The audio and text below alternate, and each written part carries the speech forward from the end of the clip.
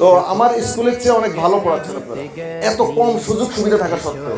আমার class 5-এর student দেখে দেখে বাংলা রিডিং করতে পারে না, দেখে দেখে ইংরেজি রিডিং করতে পারে না, আর মাশাআল্লাহ আমার এখানে ক্লাস 1-এর স্টুডেন্ট চমৎকারভাবে কথা বলে গিয়েছে।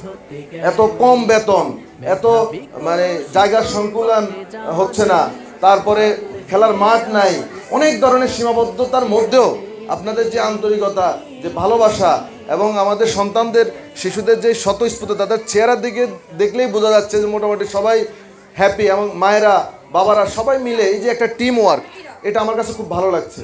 যদি আপনাদের আরও সুযোগ সুবিধা ফ্যাসিলিটিস গভর্নমেন্টের পক্ষ থেকে দেওয়া হয়, তাহলে ইনশাল্লাহ হয়তোবা এই আরও সুযোগ সুবিধা দিলে আপনাদের উত্তরোত্তর আমার মনে হচ্ছে কোনো দিক থেকে কোনো ঘাটতি থাকবে না ইনশাল্লাহ। এই প্রতিষ্ঠানে যারা শিক্ষার্থী রয়েছে, ক্লাস 1-এর 3 বিভিন্ন শ্রেণীর যারা শিক্ষার্থী রয়েছে, তাদের পারফরমেন্স দেখে আমি অভিভূত, মাশাআল্লাহ। আমি তখন আমার মানে স্মৃতিচারণ করছি, আমি বসে বসে আমি চিন্তা করছি যে আমি কি করেছি ওই বয়সে। দেখলাম যে আমি কলেজ পাস করে যখন বিশ্ববিদ্যালয়ে যাই, তখনও আমি এভাবে ক্লাস 1-এর একজন যে এখানে মাইক হাতে নিয়ে যেভাবে কথা বলে যায়, আমি এভাবে কথা বলতে পারি না, মাশাআল্লাহ। প্রতিষ্ঠানগুলো সম্পর্কে আমার একটা ভুল ধারণা ছিল, আমি আজকে এখানে বসে আমার ধারণা করে চেঞ্জ হয়ে গেছে। এই পর্যায়ে আপনাদের সামনে আলোচনা নিয়ে আসছেন আল হেরা ইসলামী একাডেমি কর্তৃক আয়োজিত বার্ষিক পরীক্ষার ফলাফল প্রকাশ এবং অভিভাবক সমাবেশের সম্মানিত প্রধান অতিথি, লক্ষ্মীপুর সদরের সম্মানিত সহকারী শিক্ষা অফিসার, আমাদের সকলের শ্রদ্ধাভাজন অভিভাবক জনাব শাহাদাত হোসেন ভাই। শাহাদাত হোসেনকে ওদের আলোচনা রাখার জন্য সবিনয় অনুরোধ করছি। বিসমিল্লাহির রহমানির রহিম। আসসালামু আলাইকুম। সবাই কেমন আছেন? আমি আলহামদুলিল্লাহ ভালো আছি।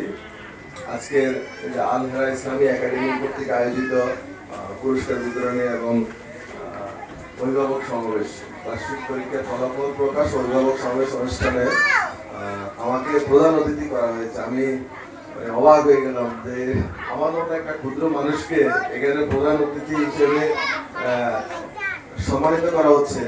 আমি আসলে এটা যোগ্য না, কোনোভাবেই এটা যোগ্য না। আমি অনেকের বক্তব্য শুনেছি, এখানে চমৎকার চমৎকার কথা বলেছে, অনেক জ্ঞান গর্ব আলোচনা করেছে। বিশেষ করে আমি এই প্রতিষ্ঠানে যারা শিক্ষার্থী রয়েছে, ক্লাস 1-এর 3 বিভিন্ন শ্রেণীর যারা শিক্ষার্থী রয়েছে, তাদের পারফরমেন্স দেখে আমি অভিভূত, মাশাআল্লাহ। আমি তখন আমার মানে স্মৃতিচারণ করছি, আমি বসে বসে আমি চিন্তা করছি যে আমি কি করেছি ওই বয়সে।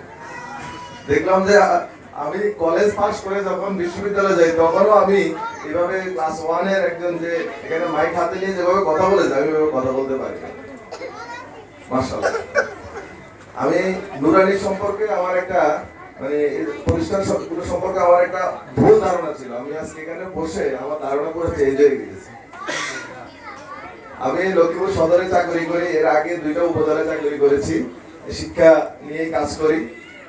গতকালকে আমাদের একটি জেলা পর্যায়ের একটি সমাবেশ, একটা মত বিনিময় সভা হয়েছে লক্ষ্মীপুর পিটিএতে। সেখানে আমাদের জেলা পর্যায়ে পুরো জেলার সকল শিক্ষা কর্মকর্তারা উপস্থিত ছিলেন, জেলা প্রাথমিক শিক্ষা অফিসার সহ।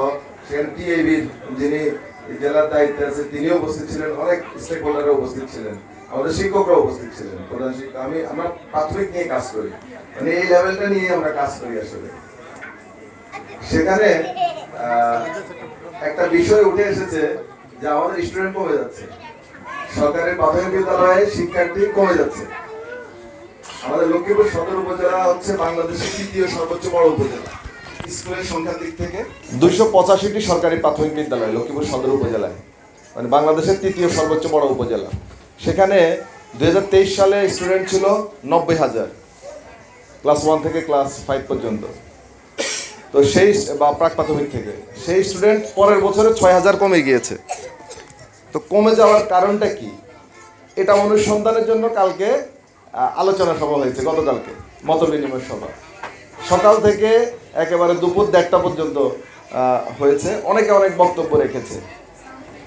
মানে যে বিষয়টা উঠে এসেছে, এই যে এই প্রতিষ্ঠানের মতো যে প্রতিষ্ঠানগুলো সারা বাংলাদেশে বা আমাদের এই অঞ্চলে প্রতিষ্ঠিত হয়েছে, এই প্রতিষ্ঠানগুলোতে মানে সবাই সর্বশেষ এই সিদ্ধান্তে উপনীত হয়েছে এই প্রতিষ্ঠানগুলোতেই আমাদের শিক্ষার্থীরা চলে যাচ্ছে।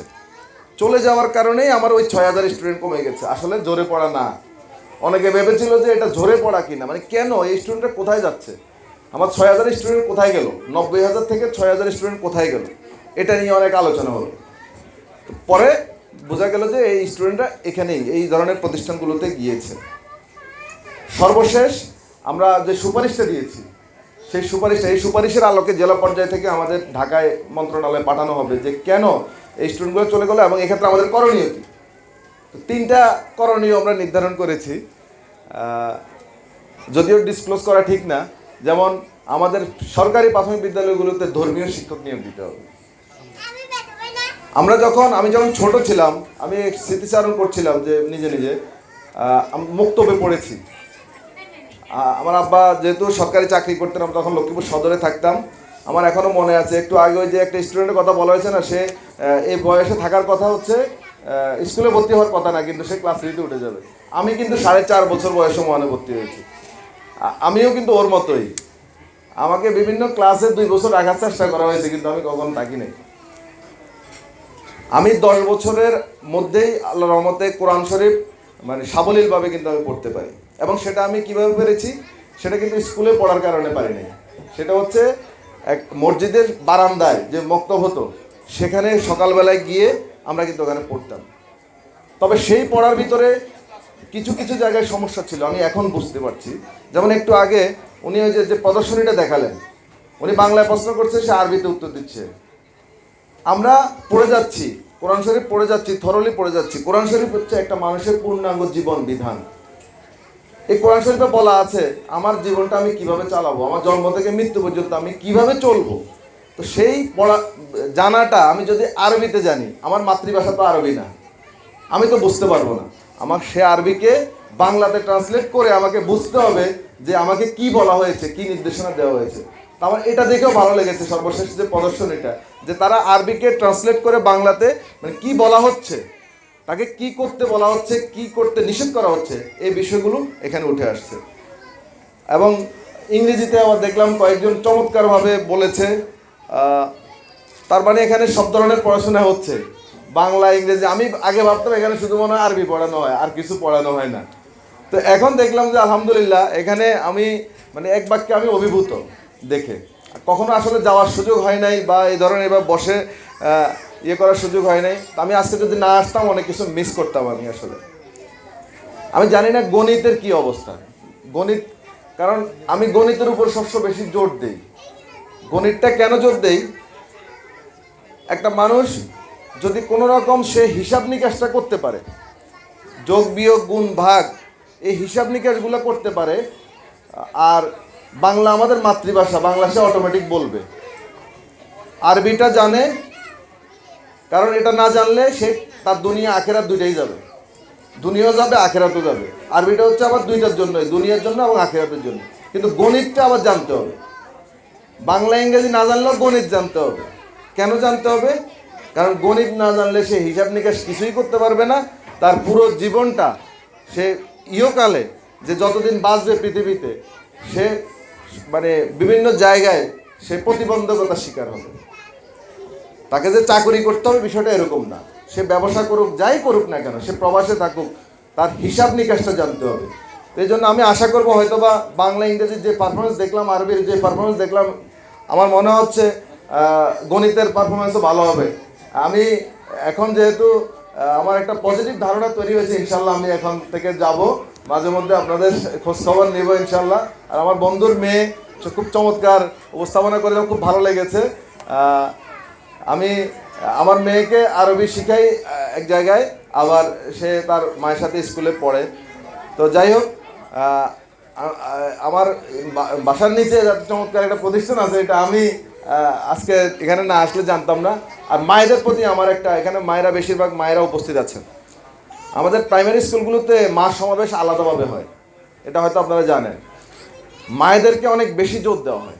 কেন জোর দেওয়া হয়? আবার বাবারা মানে মন খারাপ করেন না, যে বাবাদের জন্য অভিভাবক সমাবেশ আছে, এই যে অভিভাবক শব্দটা এই জন্য লাগানো হয়েছে, যেখানে বাবা মা উভয়ে উপস্থিত হতে পারবে, কিন্তু বাবা কিন্তু খুব কম উপস্থিত হয়েছে, মায়েরাই কিন্তু বেশি উপস্থিত হয়েছে দেখতে পাচ্ছি। তো এই জন্য আমাদের স্কুলগুলোতে মায়ের জন্য আলাদা একটা মা সমাবেশের আয়োজন করা হয়। কেন করা হয়? বাবারা কর্মের কারণে বাইরে থাকে বেশিরভাগ সময়, কিন্তু মায়েরা সবসময় ঘরে অবস্থান করে এবং সন্তানদের সাথে এই বয়সী, এই জন্ম থেকে একেবারে যে শৈশবকাল যেটাকে বলে, এই সময়টাতে সন্তানরা মায়ের সাথে পুরোপুরি টাচে থাকে। একজন মা সন্তানের A to Z খোঁজ খবর কিন্তু মায়ের কাছে আছে। এই জন্য একজন মাকে শিক্ষিত হতে হবে বিষয়টা এরকম না, সচেতন থাকতে হবে। আমরা অনেক সময় বলি যে মা তো অশিক্ষিত, বাবা অশিক্ষিত। না, শিক্ষিত সে সচেতনতাটা হচ্ছে সবচেয়ে বড় বিষয়। আপনি যদি সচেতন থাকতে পারেন যে তোমার এখানে মাদ্রাসায় কী পড়িয়েছে, আমাকে একটু খোঁজ খবর সবসময় টাচে থাকেন, বা আমি দেখি অভিভাবকরা যাচ্ছেন, মায়েরা যাচ্ছেন, সবসময় সন্তানকে নিয়ে যাচ্ছেন, নিয়ে আসতেছেন, এই যে খোঁজ খবর নেওয়া, এই জিনিসটা কিন্তু অনেক জরুরি। আর আরেকটা বিষয় কালকে সুপারিশে চলে আসছে যে আমাদের শিক্ষকদের আন্তরিকতা যথেষ্ট ঘাটতি আছে। আমরা শুধু শিক্ষাগত যোগ্যতা অর্জনের দিকেই আমরা কিন্তু ফোকাস করি, যে আমাদের শিক্ষকরা এখন অনার্স পাস করেছে, মাস্টার্স পাস করেছে, পিএইচডি ডিগ্রি অর্জন করেছে, অনেক কিছু করেছে, বাট সে যতই করুক না কেন, সে মনে করে আমি সরকারি চাকরি পেয়ে গেছি, এখন আর আমার চাকরি কে নেই, আমি এবার স্কুলে আমার মতো আসবো, আমার মতো যাব, আমি কি পড়াইলাম না পড়াইলাম এটা আমার দেখার বিষয় না। আমার ক্লাস 5-এর স্টুডেন্ট দেখে দেখে বাংলা রিডিং পড়তে পারে না, দেখে দেখে ইংরেজি রিডিং পড়তে পারে না, আর মাশাআল্লাহ আমার এখানে ক্লাস 1-এর স্টুডেন্ট চমৎকারভাবে কথা বলে গিয়েছে। তাহলে আমার এই প্রতিষ্ঠানে যারা শিক্ষকতা করছেন তাদের চেয়ে কি আমার সরকারি স্কুলের শিক্ষকের কি কম শিক্ষিত? কোনোদিনও না। কোনো অংশে বেশি শিক্ষিত, কোনো অংশে সমান হবে।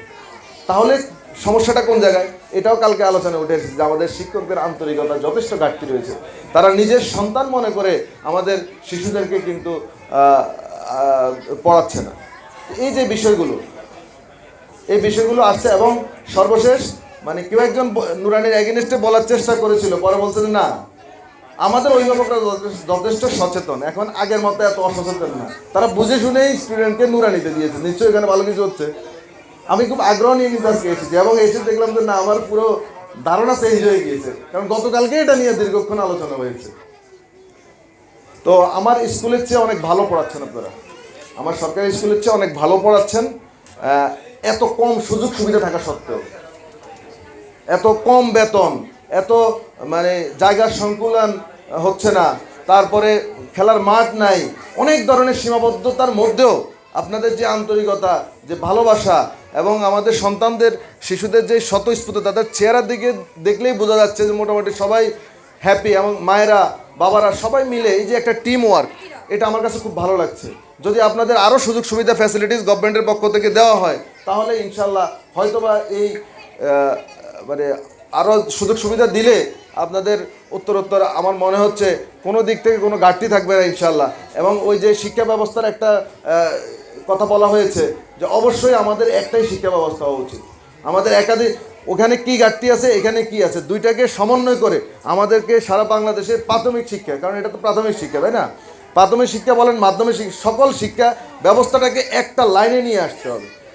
আমরা ওই ব্রিটিশদের অনেক কিছু মানে নকল করতে করতে এখনও আমরা চেয়ারের উপরে তোয়ালে দেই, কিন্তু কেন দেই? আগে ওই ব্রিটিশরা ছিল যে একটা এলাকায় একজন মাতব্বরি করতো বিশাল এক অঞ্চল নিয়ে, এখন ওই উপজেলা লেভেলে মাতব্বরি আছে, জেলা লেভেলে, সব জায়গায় মানে মাতব্বরের সংখ্যা বেড়ে গেছে। ওই চেয়ারের উপর তোয়ালে দিই, মানে আলাদাভাবে তাকে চিনতে হবে, তাকে আলাদাভাবে সম্মান করতে হবে। আমরা গলার মধ্যে টাই বাঁধি এখন গরমের মধ্যে, শীতের দেশে টাই বাঁধে কি জন্য? গলায় যেন ঠান্ডা না লাগে। তো আমরা গরমের দেশে কেন বাঁধতেছি? তো আমরা ওই কিছু কিছু জিনিস এদের নকল করতে করতে এমন অবস্থা হয়ে গেছে, মানে কেন করতেছি আমরা নিজেরাও জানি না। তো এখানে যে আলোচনা এসেছে যে আমাদের শিক্ষা ব্যবস্থা একটাই হওয়া উচিত, সেখানে অবশ্যই ধর্মীয় শিক্ষার উপরে অবশ্যই, যেটা আমাদের ইহকাল এবং পরকাল দুইটার জন্য, সেটা আমাদের 1 নম্বর। আর এরপরে হচ্ছে আমি মনে করবো যে গণিত, তারপরে বাংলা ইংরেজি। বাংলা তো আমরা নিজেরাই আমাদের মাতৃভাষা আমরা বলতে পারি, এটা পড়ালেখা করা লাগে না, এটা এমনি পারি। আর যা বলতেছি এর ভিতরে অনেকগুলোই ভুল বলতেছি। আমরা কিন্তু ইংরেজি বলতে ভয় পাই, কিন্তু বাংলা বলতে আমরা ভয় পাই না, বাংলা বলে যাচ্ছি, একটা সেন্টেন্সও ঠিকভাবে বলছি না, প্রত্যেকটা সেন্টেন্সের ভিতরে আমার কিন্তু ভুল হচ্ছে। আমরা এটা নিয়ে কিন্তু কেউ কারো ভুল ধরতেছি না, কিন্তু ইংরেজি যখন একটা সেন্টেন্স বলতে যাব, হ্যাঁ ও তো ইংরেজি ভুল বলে, কিন্তু যিনি এটা কমেন্ট করতেছে উনিই বাংলা ভুল বলতেছে। তো আমরা সাবলীলভাবে জাস্ট বলতে পারলে হলো, একজনের মনের ভাব আরেকজনের কাছে প্রকাশ করতে পারলেই হলো, এটা ভাষা। কিন্তু আমার গণিতটা জানতে হবে, আরবির পরেই আমার গণিতটা জানতে হবে, আমার হিসাব নিকাশের জন্য, আমার এই পৃথিবীতে বেঁচে থাকার জন্য, চলার জন্য।